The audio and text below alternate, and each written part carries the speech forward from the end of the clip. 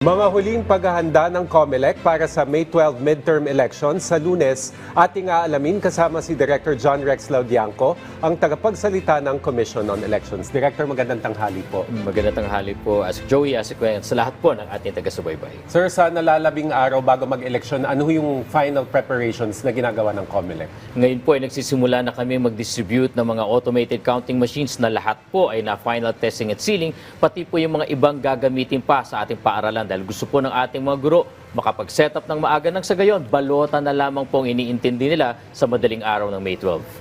Sa mga oras na to, sir, kumusta yung deliveries ng mga counting machines natin sa iba't ibang sulok ng bansa, maging yung testing at sealing ng mga ito? Kompleto na po, natapos na po natin ang deliveries, nandun na po sa ating mga hubs, yung pong final testing and sealing ay natapos na rin po lahat. So masasabi po natin, ready na po tayo. It's just a matter of bringing the machines to the schools, hawak ng mga teachers, at yung nga pong nabanggit ko, balota na lamang sa madaling araw ng May 12. Doon po sa testing ng machines, meron po bang pumalya? If meron, ilan? At ano po yung mga hakbang na ginawa ng COMELEC para masolusyonan ito? Meron po mga ilan-ilan na nakita namin na nagkaroon ng mga dumi dun sa scanner. Ngunit nung nilinis po ito, maayos na. Yun naman din pong iba siguro dahil nakalog na shadow yung ating makina sa shipping. Dinaan po kasi ito sa barko. Medyo nagkaroon ng konting aberya dun sa kanilang printer cutter. Pero yun lamang po. Dahil nga po marami tayong kapalit na makina ngayon, 16,000 all in all, ay mabilis po nating napalitan. At kahit naman po, tuloy, natapos ang 100% ang final testing and sealing.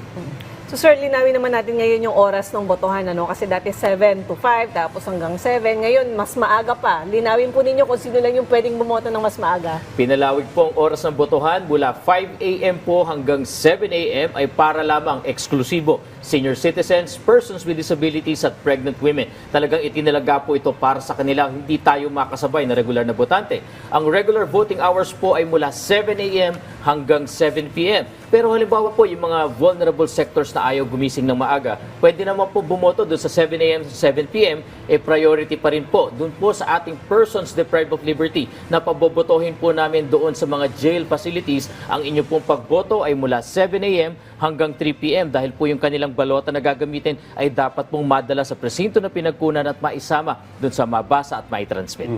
Pagkatapos po ng botohan ng alas 7 ng gabi, gaano po kabilis yung transmission naman ng mga boto? Inaasahan po natin na sa loob po ng ilang minuto ay una, matatapos po ang bilangan. Pagkatapos ng close voting, ikalawa, mag-iimprenta po ng unang siyam na election returns. May bago po, Asik Joey, Asik Weng.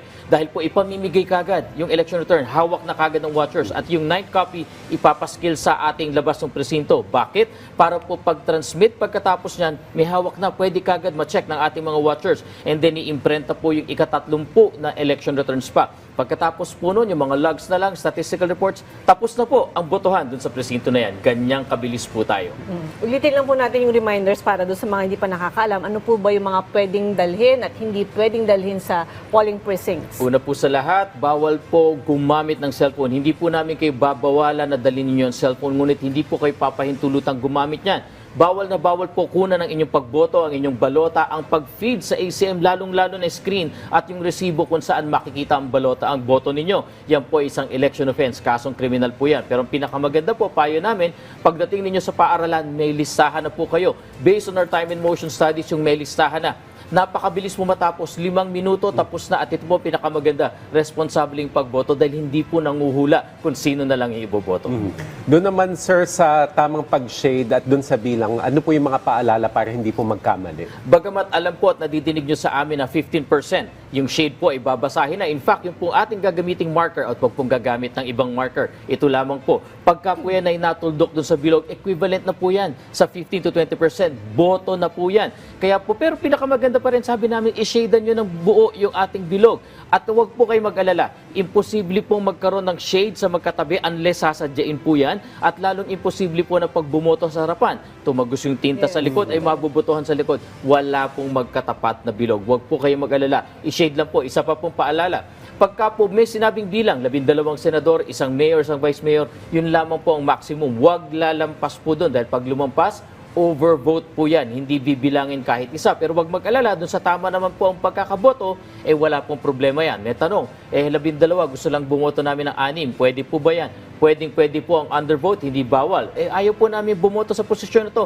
Abstention, pwede rin po yan, hindi yan pinagbabawal. Kasi may sinasabi na kapag undervote ka, kulang yung yung binoto mo, hindi makakount. Nako, At all. hindi po totoo yan. Dalawang fake news pong na-encounter namin. Yung po yung sinasabi nyo na hindi makakount, wala pong problemang undervote. Bibilangin po yan. Ang hindi po bibilangin, overvote. Yung ikalawang fake news po na lumalabas, dapat daw po punuan natin pag 12, wag boboto ng 6 dahil merong magsishade dun sa iba.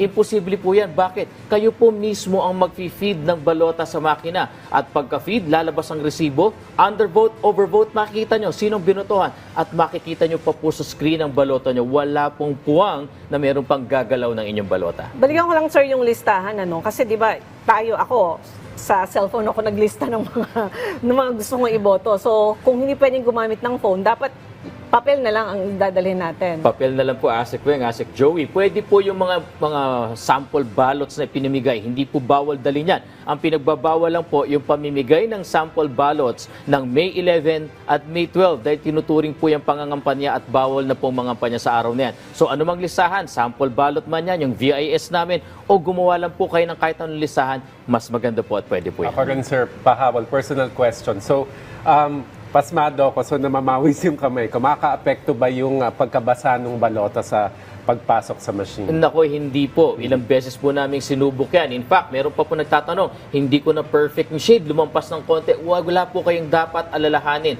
Hindi po yan makaka-apekto sa boto nyo. Kaya nga pong sinasabi namin. Kasi po yung iba, tinuldukan ko, then magdududa siya. Binilang ba o hindi? Kaya po para mawala, shade nyo po ng buo, wag nyo pong intindihin, lumampas ng konti. Wala pong problema yan. Nabasa ng konti, hindi po problema yan. Nalukot ng konti, hindi po problema yan. Basta wag pong pupunitin, wag sisirain at lalong-lalo na wag guguhitan po yung gilid, yung timing marks. Dahil pag yun po ang naapektuhan, ire-reject po ang ating balota.